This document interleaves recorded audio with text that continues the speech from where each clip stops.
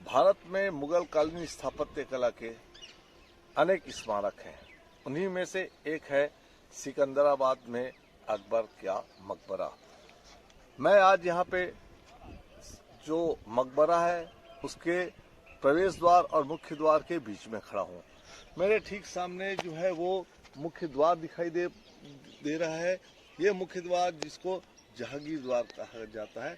उसके अगल बगल में पंचमहल थे जहाँ पर खाना बनाने वाले और अन्य कार्य करने वाले रहते थे। साथ ही आप देखेंगे कि इसके दोनों तरफ विशाल 123 एकड़ में फैला हुआ यह मकबरा है। उसमें हिरणों के झुंड आपको घूमते हुए दिखाई देंगे।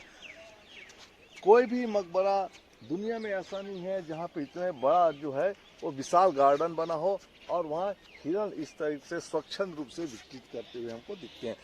सामने भी अब हम देखते हैं कि जो गुम्बद है, गुम्बद में सफ़ेद संगमरमर का प्रयोग किया गया है। सफ़ेद संगमरमर के साथ साथ लाल पत्थरों का भी प्रयोग हमको देखने को मिलता है।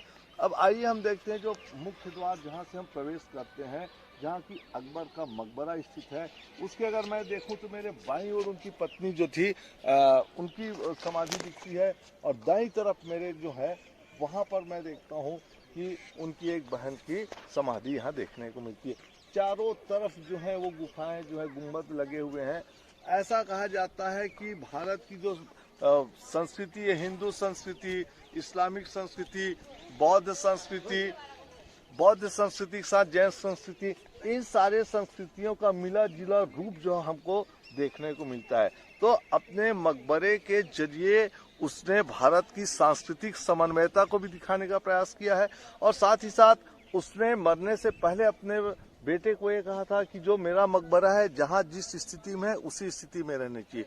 इसीलिए हम देखते हैं कि अंदर जब मकबरे में हम प्रवेश करते हैं तो वो मकबरे में किसी प्रकार की नक्काशी जो है वो हमको देखने को नहीं मिलती है। लेकिन बाहर आप देखेंगे कि किस प्रकार से अफगान शैली का भी हमको चिन्ह दिखाई पड़ते हैं।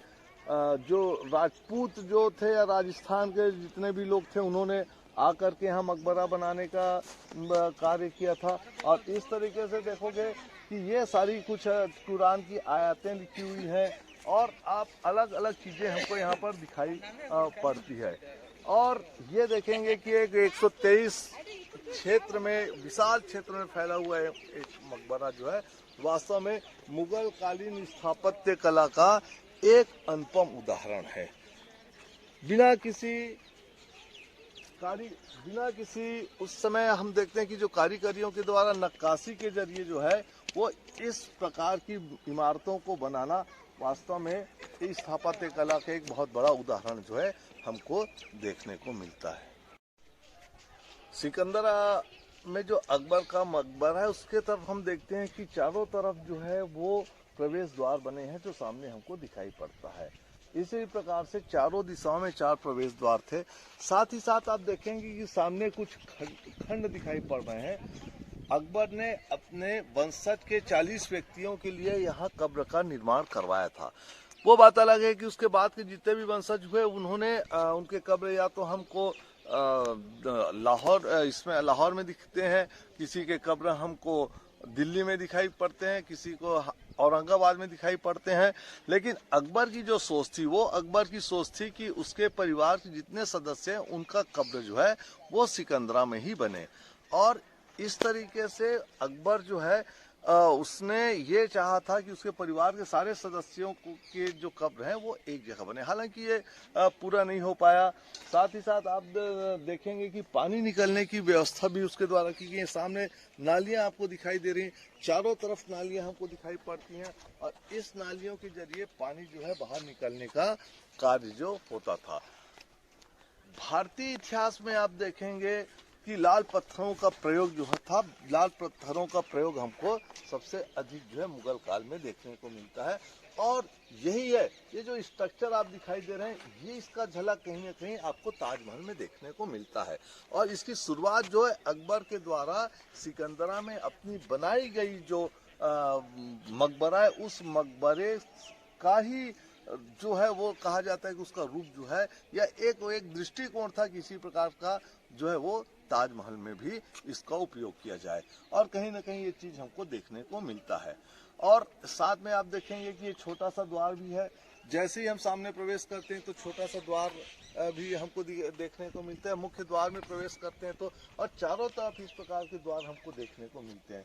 ऊपर देखेंगे आप गुंबदों का प्रयोग जो है चारों तरफ, गुंबदों के ऊपरी हिस्से में आप देखेंगे कि सफेद संगमरमर का प्रयोग दिखेगा, और नीचे तरफ लाल पत्थरों का प्रयोग हमको देखने को मिलता है। अगर वास्तव में मुगल काल की स्थापत्य कला को आपको देखना है तो आपको आना पड़ेगा।